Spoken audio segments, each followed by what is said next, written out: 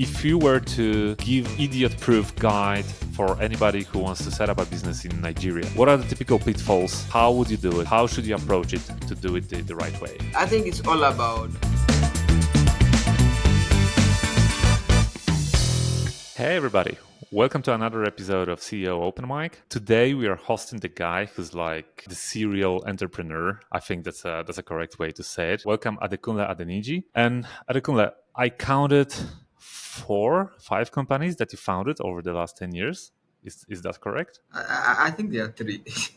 I started from Bet Niger. I didn't find Bet Niger. I was just an employee. I was the first employee, at that company. So that was where I really started to get into the business. To understand gaming and all that. It's always in you if you're an entrepreneur, right? But you need that vehicle to drive you, to get you started. So Bet Niger was that vehicle that got me started. But then after, I'm just stalking your LinkedIn profile now. Yeah. After Bet Ninja, there was Bet King. And Yes. then after a while, we're going to come back to that. After a while, there was Bet Relate. Somewhere in Yes. the meantime, there was, I'm not sure if I pronounced the name correctly, Mixera.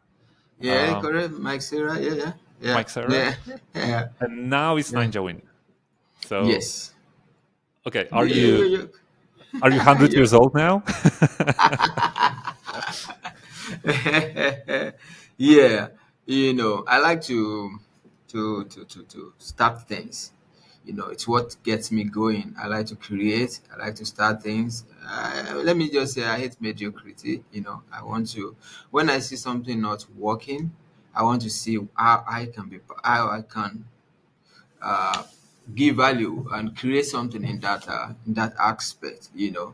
So, and I've only chosen few industry, to be honest, because you can't be everywhere. You can't be jack of all trade. You can't say you know everything. So I've only choose two industry really, and a lot of the companies that I've been part of, majorly in the iGaming space. You know, the only one that was really outside the iGaming space is Mike Sarah, which is a watch brand, a direct to consumer watch brand. Every other has always been around what I know, which is the iGaming. Bet Relate, Niger Win, Bet King, they are all in the gambling space. You know, Mhm. I just like to stick to what I know a little bit. You know, Yeah, well, yeah, specializing and understanding yeah. industry is a key to success, right? How did you get to iGaming in the first place? It all started in school. When I was in higher institution, I was just looking around. I think it started from a lecture one of the lecturers, gave. He was talking around niche, where everyone needs to have their own niche. That no matter what, if you read something, at that time I was studying banking, and the lecturer was saying, listen, hey, how many of you guys are here? You're probably 300 or something, or 150. I don't know how many we had then. That you're not going to get into banking one day. You need to start something. You need to start looking at something. You need to create a niche. That was what the guy was saying. It was just like an advice after the lecture. Then I Mhm. started to think about it. Niche. What can I get into? What are people not looking at right now? What can I get? And I passed through a lottery booth. There used to be this lottery booth where you can buy a ticket and all that. Mhm. And I saw the lottery and I said, nobody's talking about this thing online. Maybe I should start talking about it online. I bought a Seriously, ticket and I won. That was the what really kicked seriously, in. You know, that's I bought a amazing. ticket and I won. I'm like, wow, nobody's talking about this thing online. You know what? I bought like four. I only won once. I know that maybe this isn't for me. Maybe maybe I'm not gonna be winning this that much. But I can talk about it. I Mhm. can talk about responsible gaming. I can talk about this and all that. So I started it from Facebook. I created a Facebook page. Then I started to talk about it. Funny enough, it didn't take long for me to get a lot of followers. 5,000, 10,000, 20,000, 50,000.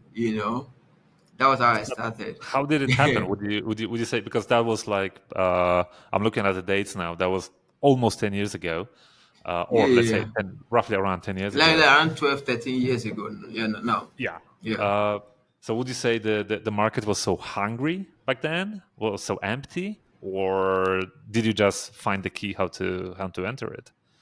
I think the market then was crude.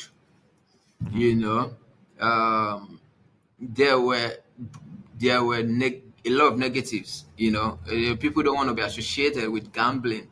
Then, around 15 years ago, gambling is considered for the poor, Okay. for the less enlightened, for the illiterate.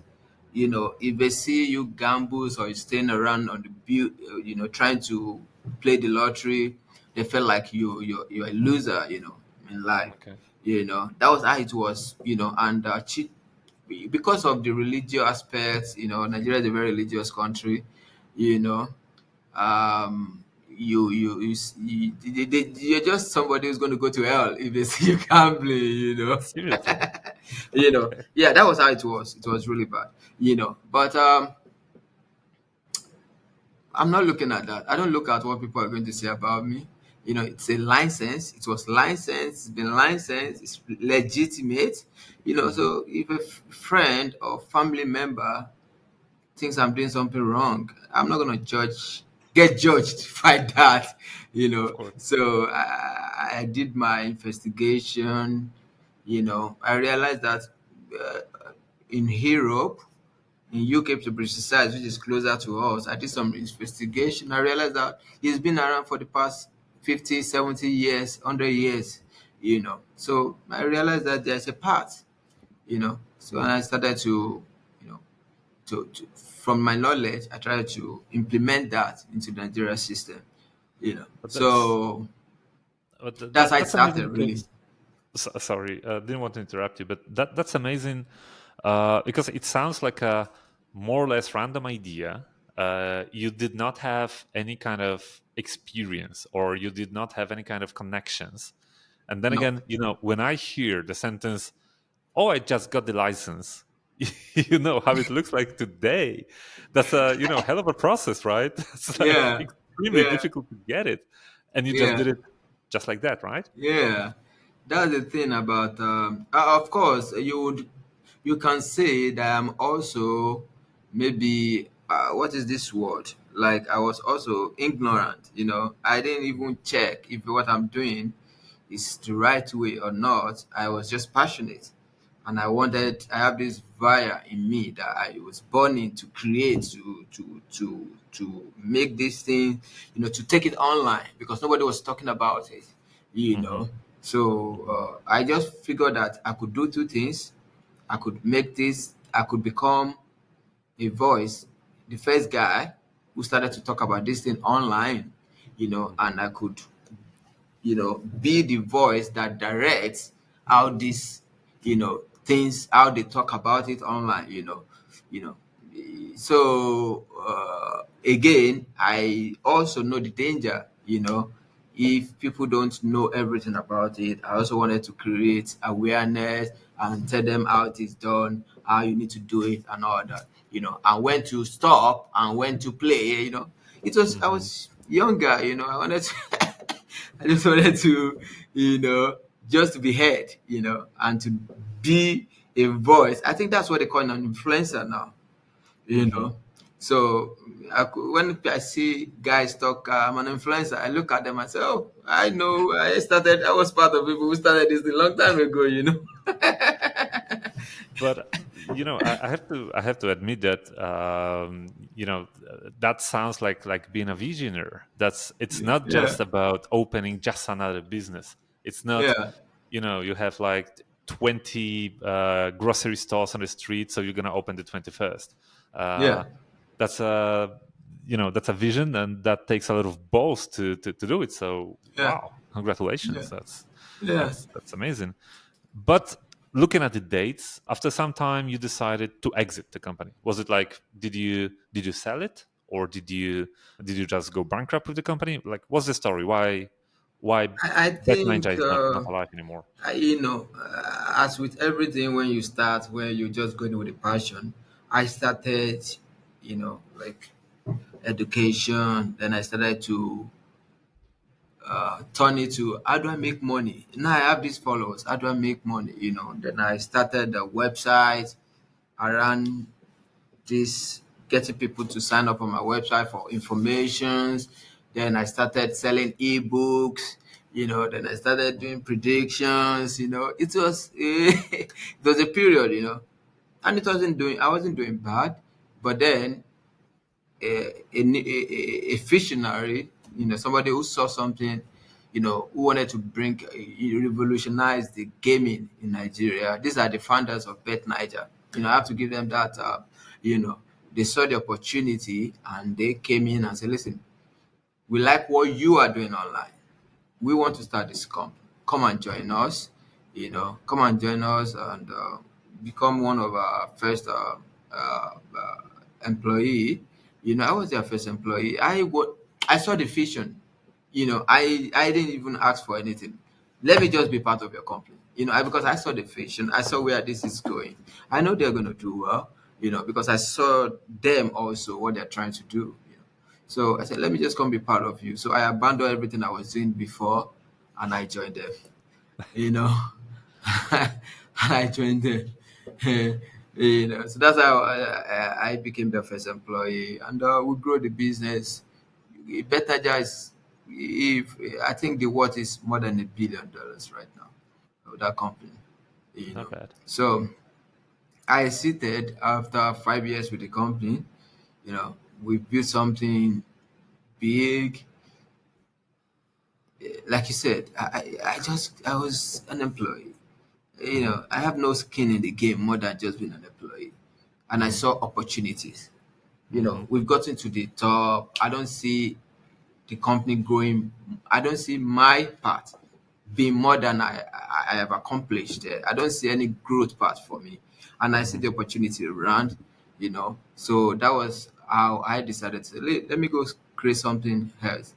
So partner with someone and we started Bet King. You know, that was how we started Bet King. You know, and grow the business. But I left Bet King a little bit early. I think after a year, you know, there was Yeah, a looks like it. difference Yeah. in ideas between me and my partner and investors and all that. So I left a little bit early. So then after that, and I think Bet King is probably number three right now in Nigeria. you know. So it's doing well even after I left. So I'm happy that it's doing well, that my creation is doing well. So Let me stop you there, because what I've seen in many cases, having different opinions with your business partners within the same company usually is it makes it very difficult to still stay friends or stay at least in civilized relationship. yeah, yeah. After everything happens. So what's your story here? I mean, I would you still talk to the guys on the street if you met them? Like, would you be I friends? think we since after that time we didn't talk for a long time, but we met in London. I think last year or something, and we say hi to each other. I mean, it's gone, right?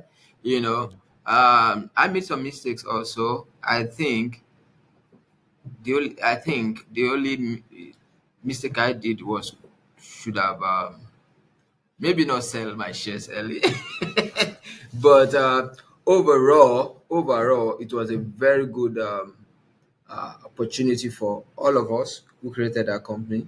We met and we talked, and everything was. You can't hold it too much. Since it has happened, it has happened. Maybe we will never start another business together for sure. We may never start another. You can't say Hmm. never. Even to that, you can't say never.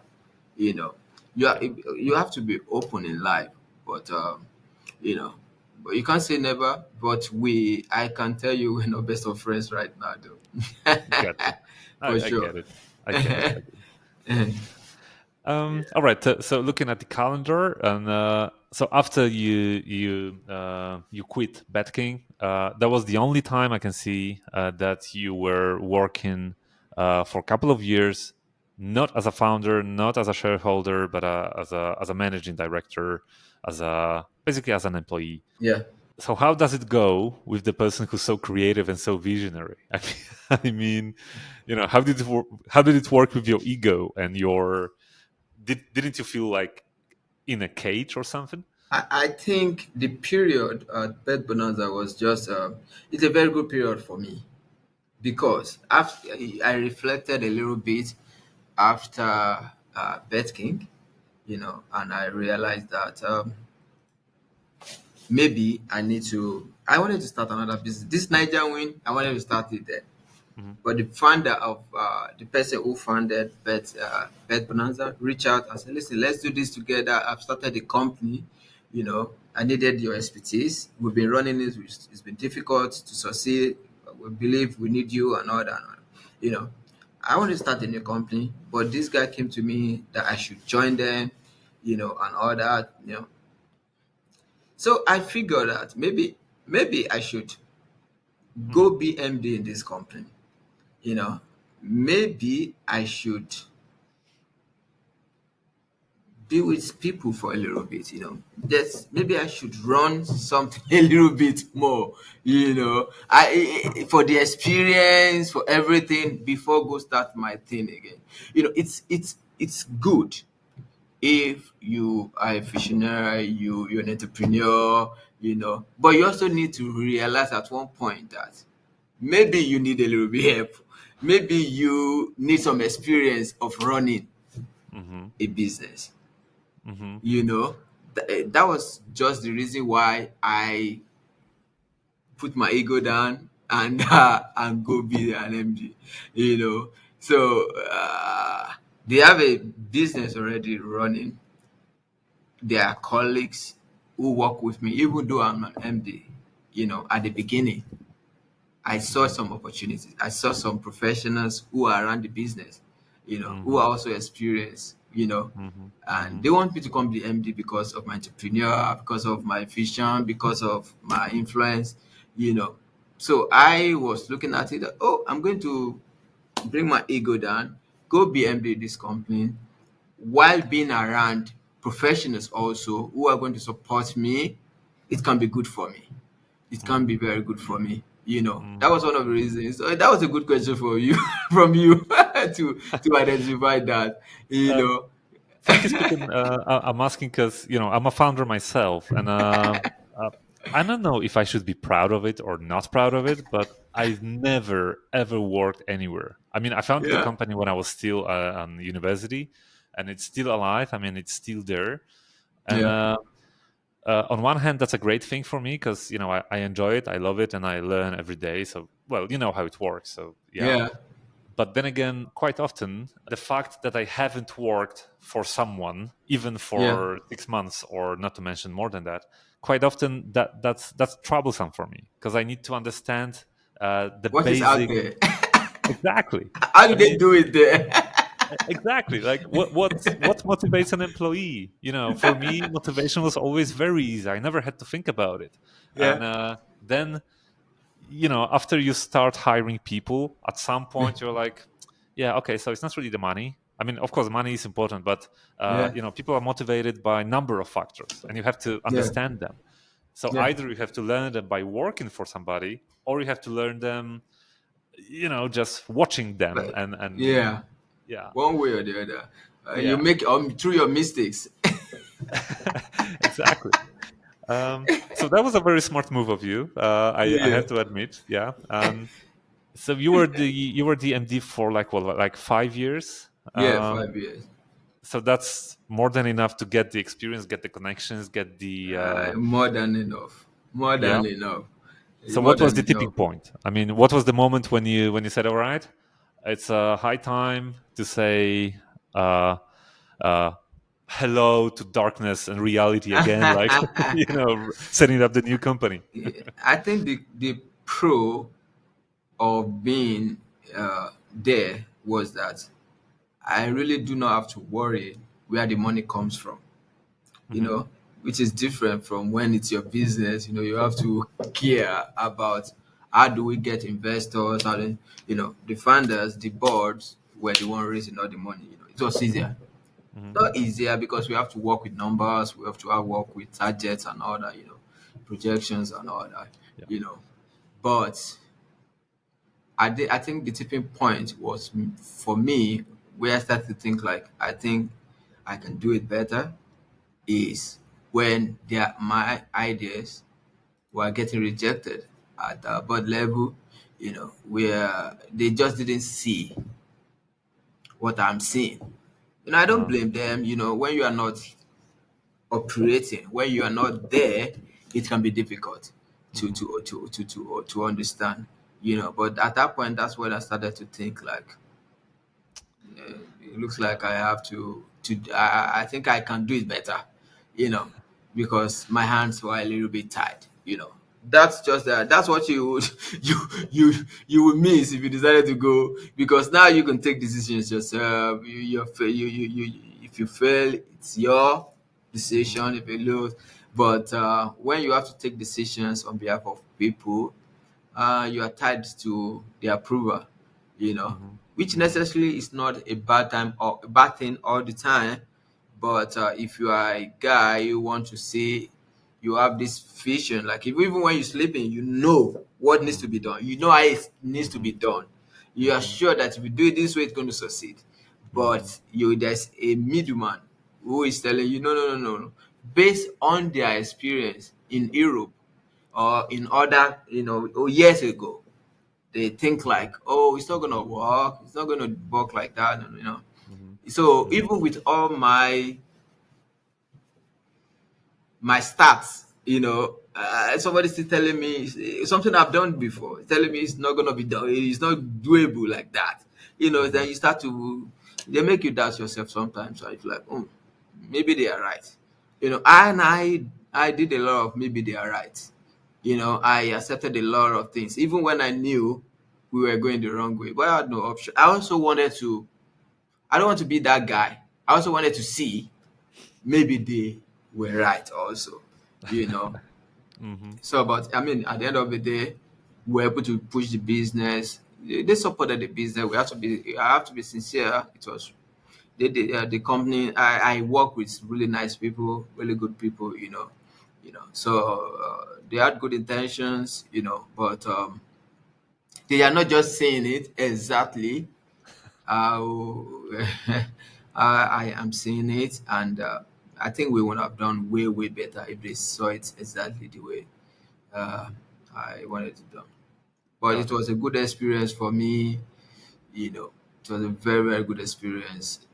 I worked with really nice people, and it Definitely. was not a bad outcome at the end of the day because a bigger group bought us, took over, and they're running the business now, really. So, Mm-hmm. And still going on. let me ask you, because I really understand the argument of the drive to set up something on your own, just not to have your hands tied. And if you even if you make a mistake, that's going to be your mistake. That's going to be your problem. But then it's quite often it's worth it. But let me ask you this question: would you say the money was also the factor? I mean, just speaking on the random numbers here, but did you see the process in your head going on that, for instance, as a managing director, you were making like whatever $1 million a month, whatever, Yeah. and then setting up your own company from scratch would probably mean that for the next year or so you are not going to earn million a month, you're going to earn Yeah, less than that. for but sure. but the perspective is that in Yes. 10 years or 5 years there's going to be like way more. Yeah. Let me ask you this: was that one of the reasons why you changed the job? I mean, changed. You wanted to start your something on your own again. Did you think it? No, not at No, all. Not not at at all. all. Okay. Not at all. Obviously, everybody wants money, and I also want to get old with some bag. Of But course. but that's that. Now I started to care a little bit about money. I was very naive. I wasn't really caring about money a long time ago. I just wanted to do stuff. I just wanted to make things happen. And I believe that if I make things happen, I'll make money. Hmm. If it's successful, if it's valuable, money will come. Yeah, that was Oh yeah. always been my you know. But even till now, I still believe the one of the sole reasons why even when I left there, I could have say, let me go get another MD job or get some, but I just figured that there are things that I could still do right well. I just figured that I haven't done what exactly I wanted to do in that industry. The way I want to do it has Hmm. not been done, you know. Hmm.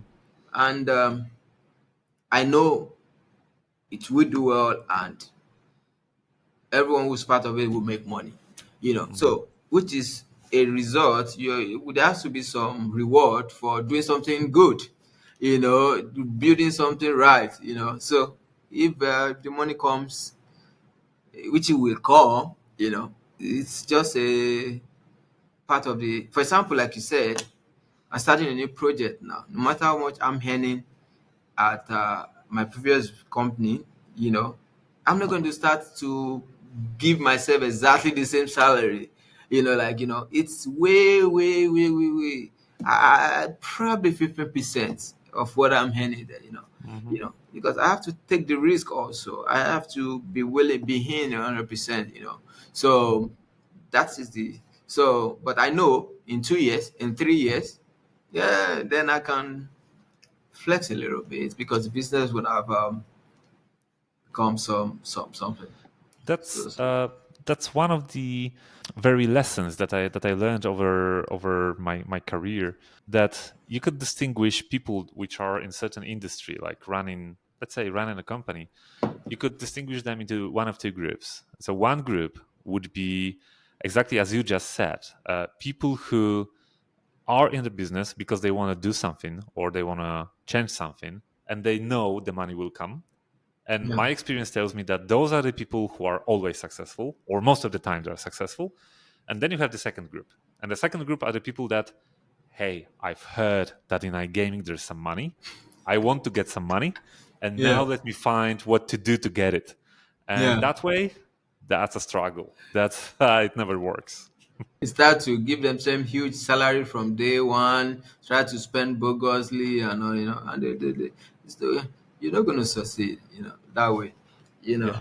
But Yeah. to each his own, you know.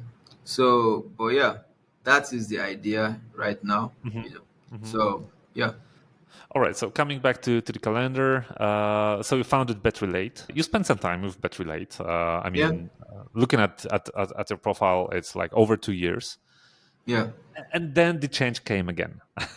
yeah. um, so what? Did you get bored with it, or what happened? I didn't get bored with it.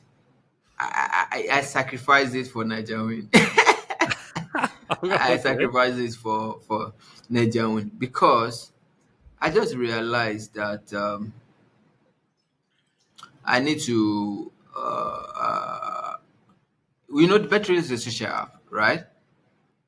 It's a social app. And Hmm. the idea between for battery is just to create a place where a lot of people meet and discuss. That was the idea, where I can get all the players and a continuation of what I did when I was starting, with the Facebook and all that. I wanted to get a community, my own app where I can say, oh, 2 million Nigerians are in this app who are gamblers. That was the idea, and I started it, and I had to get a team of tech people, you know. So I started a tech company, get the tech guys to start to develop it, and it did develop it, was going well.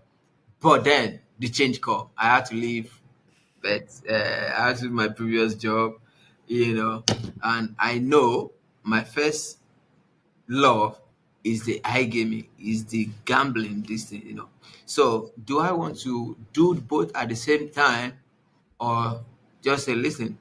let me focus Hmm. on the gaming company. Then I can come back to social media anytime. I can come back to that one, you know. So that was just the reason. It was I don't know what they call it in economics, this opportunity cost. I was just looking at which one, you know. Hmm. And Hmm. I've learned something, over time, is that you don't have to think about it too much. I lost some money while building it. Obviously we have the source code or everything on ground, and everything. But I just checked which one do I really want to focus on, and how Hmm. many things can I focus on at the same time. You know, if I want to be successful, how many things? I have the watch brand. Now I have the better than I'm going to start the Niger win. I just figured out, let me focus on this gaming company, then I can come back to the social app if I want. Or actually, I changed. I'm turning the gaming company to both where you can gamble and you can still have an element of social, you Hmm. know.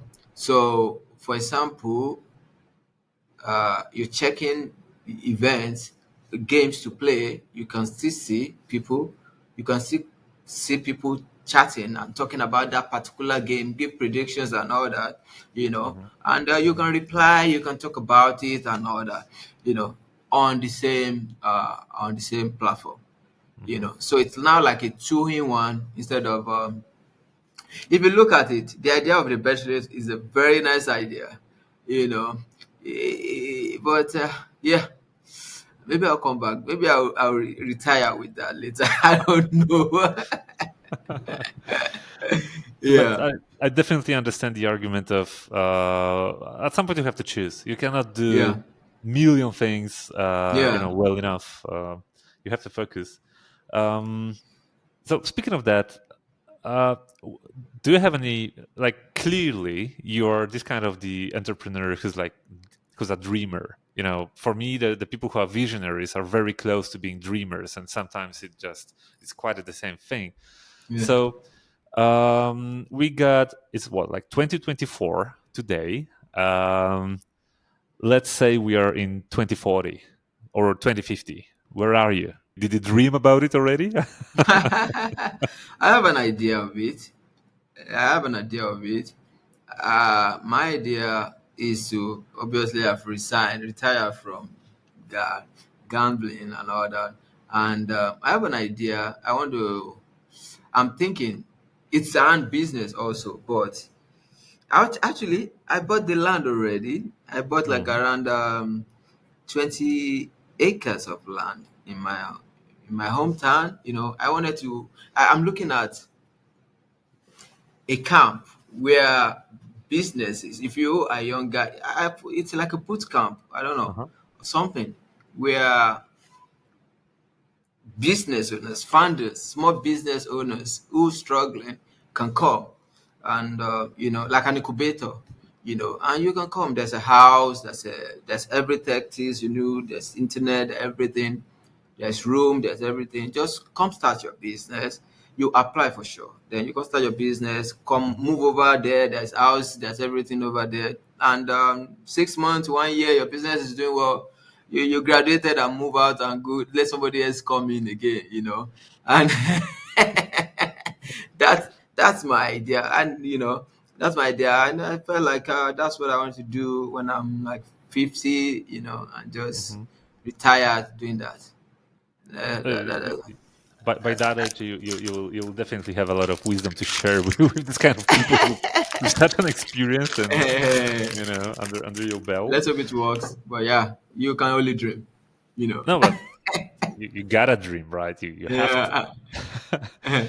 Let me touch the other thing, because you've set up the number of companies, and most of them grew over time, Yeah. which must mean that over time you started to hire people and you started to build a team. And Yeah. for instance, I'm this type of the guy, but I've seen that on the market as well.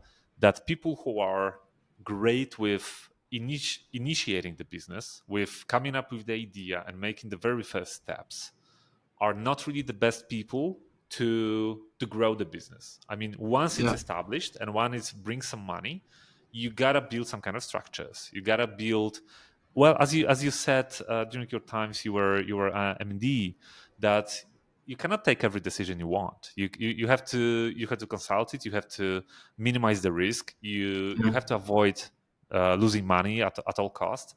So quite often those two personalities, they don't really mix. Would you say that's a struggle for you as well? It's a struggle, when you're a visionary, sometimes you can be also be. It start at the beginning of my career. I was a little bit in that space where sometimes when I hire people, I give them too much time. I think about them more than the business. Hmm. Sometimes you Hmm. notice somebody's not doing well, but I started to think, if I let this guy go, what is he gonna do? What his family is going to eat? And you feel sorry for them already, Yeah, and exactly. I feel yeah. sorry and all that. And to be fair with you, people who you are way who you treat like this are the worst. you know they don't appreciate it, they don't know the value of it, they in fact they get to stab you in the back more at the end of the day. It has happened to me several times, and all that. So Hmm. that's it happens when you are when so sometimes you have to have that middle ground where you have someone in the middle who take that, but over time you will learn. Like I've learned, I've learned about that. Hmm. So this is one of the things that my previous job has actually really helped me with. Because of my experience in my previous businesses, I have seen that just being emotional is will not get you anywhere. The Hmm. business will die. The people you are trying to to care about are the first people who's going to tell you, "Hey, it's not good enough. We know it's not going to be able to run it. We know that, So I realized that there has to be a uh, clear line that Hmm. people needs to be good enough to even get the job. And when you're not good enough, we have to discuss about it several times. And if you're not good enough, it's time to go. Hmm. Hmm. So once I get to that line, it's really helped me a lot. So But how do let's you start to know? talk. How do you know that somebody is not good enough? I mean, do you build some kind of system where you have I don't know, the plans for the people and some KPIs they have to meet and some goals they have to achieve, and then if they don't do it, you know they're not good enough, or do you judge it by your common sense? You just look at the performance and you say, no, Yeah. no, no, that's not good enough. I think it starts from even from day one when you start the discussion from someone, you know, you, the way they present themselves, the passion they have for that business of or that position, Hmm. you start to feel it's not too hard to really to notice. It's Hmm. not too hard to notice when you start to discuss with someone, the way they talk, the way they care about that position. You already know if you are discussing with the right person. I now, the funniest thing, I hired people even from jobs that doesn't. The other day I was at a supermarket. Is it a supermarket? Yeah, I was buying something for my kid, and there was this guy that was just bugging me in a not in a nice. I do not appreciate it too much, but as a business person, I realized that this guy is golden, that this is a sales guy at heart. Hmm. This guy is going to do well for it, because as you're buying something, he will care about you, tell you why you should buy this, but immediately he's trying to upsell. He's trying to take you to why you should buy the other thing and all that. I saw that and I'm thinking, I'm going to hire this guy, you Hmm. know, even though what I'm going to hire him for is not going to be exactly what he does now. But I know this is a sales guy. This is going to be a great guy. So this is how I hire now, to be honest. Yeah, apart from that, I look at your profile, what you've done before, tangible stuff. I don't really care the school you go to anymore. I don't even look, to be honest, I don't look at CVs anymore. I mean, I don't look at your certificate.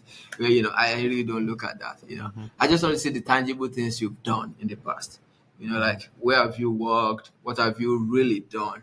You know, and organization is important. How people are organized. You know, that's how you know when we say this is what we need to do within this time frame. An organized person will get it done on time. There can be mistakes. We are not perfect. People will make mistakes, but how organized are they with doing things? Start with reporting, start with taking actions, and doing things on time. When we say do things by 2 p.m., do I get it by 2 p.m.? And if I can't get it by 2 p.m., do you reach out? Stuff like this. All this matters a lot, you know. Hmm. So if you look, I'm not loyalty is not my number one on the I don't I don't need you to be extremely loyal. You have your own goals, you have your plans, but while you are here, just do the basics, do what you are required to do. And if you want to go tomorrow, all the best.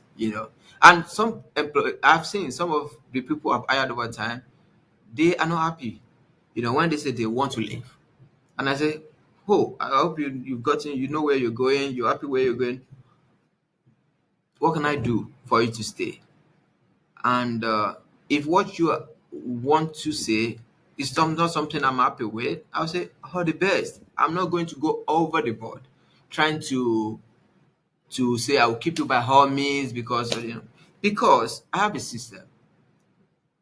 Whatever we've done, whatever we've done together, I have a system that keeps everything in input, it keeps the record. So if you leave today, there's somebody else who's going to take over immediately. But while we're together, I want you to be here forever. But if you decide that you want to leave, I want to wish you all the best because I know you want to grow. I know you are looking at me, you want to be like me, So this is exactly what they did for me when I was coming up. That's one of the things that really spoiled me and it affected me mentoring people or managing people because when I was working at Bet Niger, I was given a free hand, to do things my way.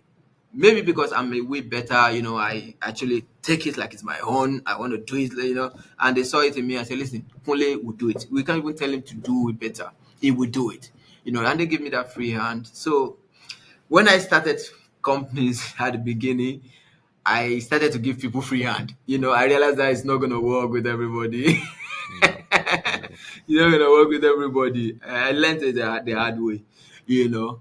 But now have created a system whereby we need to do it this way, and we need to keep record of everything. A lot of employees don't like that, Hmm. but its system is the system. So if you fail those systems, I know you're not the right person.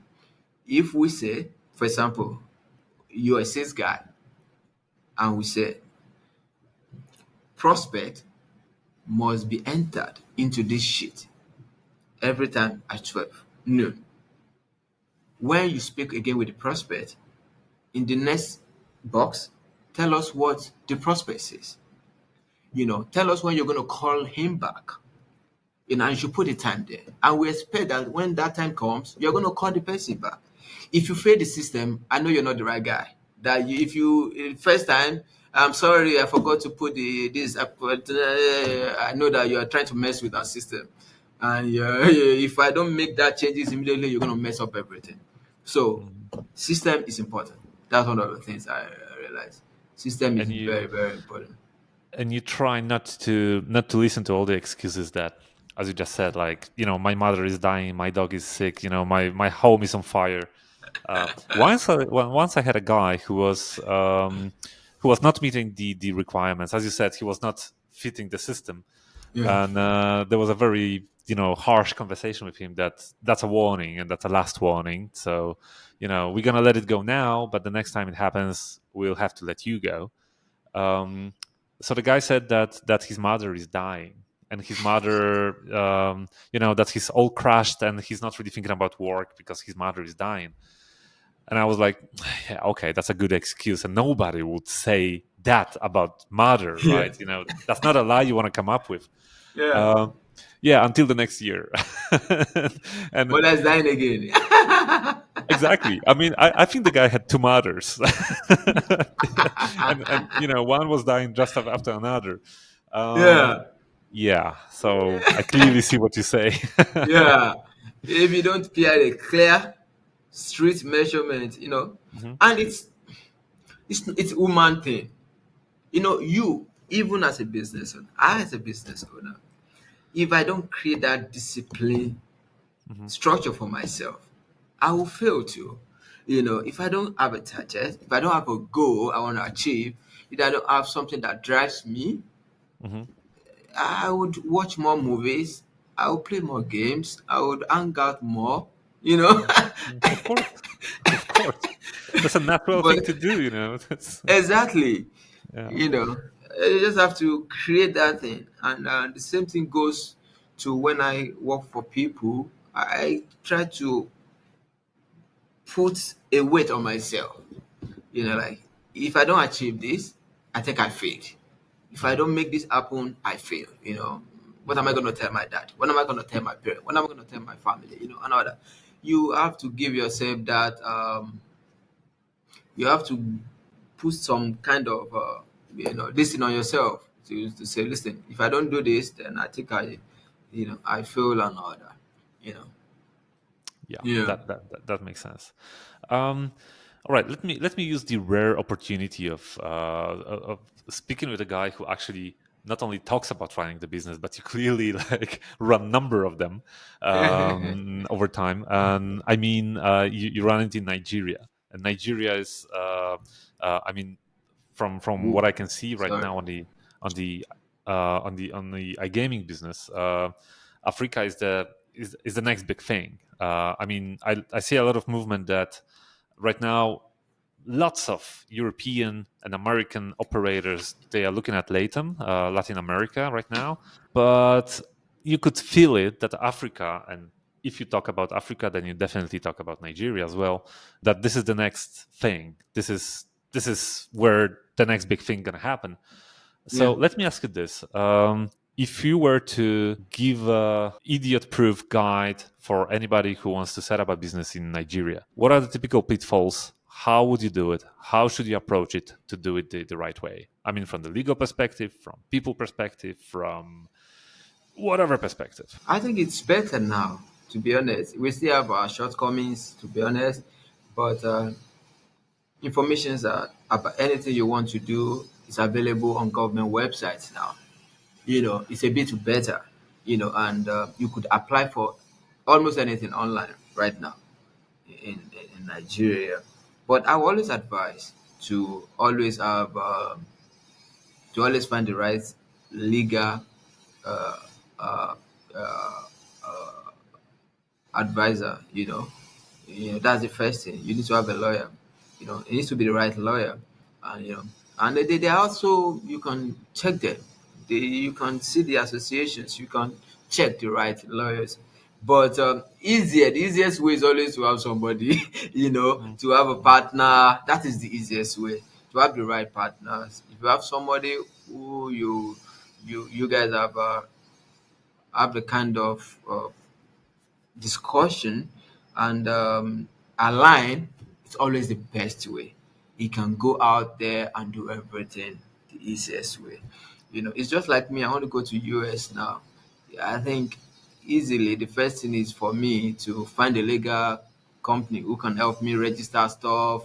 I don't know, maybe they call them agent or something, register a company, get me all the tax things. It's almost exactly the same way. Once you get all that, if you don't have a partner, then you need to find a legal person, a company, mhm, a legal advisors who can help you source for all this documentation. But the rules are very clear now. If you do the right thing, you do your business with no issue at all. There are still issues. We are not there fully, but I think it's way, way better now. But one thing is get a legal advisor For any European, anybody wants to, first needs to get a legal advisors. You know, All right. Don't try yeah. to be smart. Don't try to save the money in a stupid way. Uh, No, no. In fact, I would say get legal advisor instead of getting a. If you don't have the right partner, somebody who they trust, who they've met before, who they have discussed about it, and they align, you can't just pick anybody, and just say, "Hey, this is a partner. Go and be spending money and all that." So there are situations where you're aligned. Some of the businesses I have started are people we met on LinkedIn, really. Some of partners I've started with, we met on LinkedIn. mhm, But understandably, they saw that I have a very good past and I'm easily identifiable and all that. Maybe that also helps. If somebody can find that kind of people, that you see that they have prospects and they have a good standing in the public, it's also good to go through that route. mhm, You know that they know everywhere, they know what to do. It makes life easier. If not, the legal advisors always mhm. the best. You said something about that the problems are still there. I mean, not that it's way better now than it used to be, Yeah, but not everything is perfect. So yeah, let's be pessimistic. What could go yeah, wrong? You get a legal advisor, okay, yeah. and then things go the worst way they could go. So what would that be? I think it's all about most of it is still around gray area, is still around the regulations. Hmm. It's still around the regulations. Like, you could wake up and see that there's a new rules that you don't know before, and you need to, but the good thing also is that nobody's going to close your business because of that. You negotiate and you get out of it. That's the good thing about it. There's always still the government officials are not military. If there are some things you were not doing right, that's a way around it. You negotiate around it and you get out of it. you know so it's still not all bad. There might things, maybe tax that you don't know before, something or something just come up and all, but there's Hmm. still negotiations around it. You get away, you can still get out of it. Nobody needs to lose a lot of money because of that. But yeah, it's not as easy like Europe, where you already know everything from day one. Like, Well, this. you think you know everything, but then again, the paperwork is so huge that even if it's transparent, you still don't know everything because it's Yeah, impossible exactly. to learn all of that, right? Exactly. Exactly.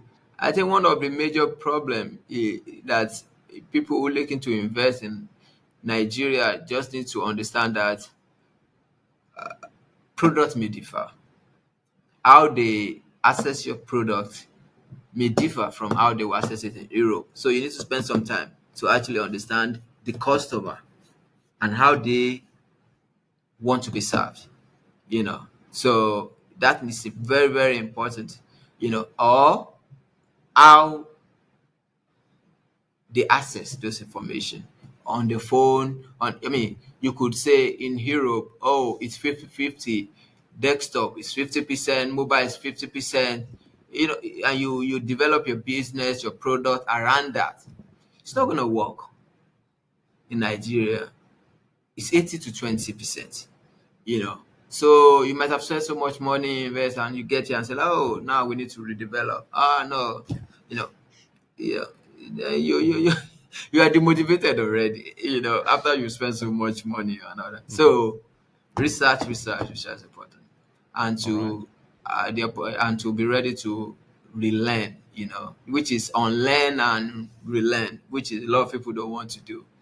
They Hmm. believe that, Europe, we've been around for 100 years, 200 years. We know more than Africa. Anything I say must be like that. It's not gonna Yeah, work. gotcha.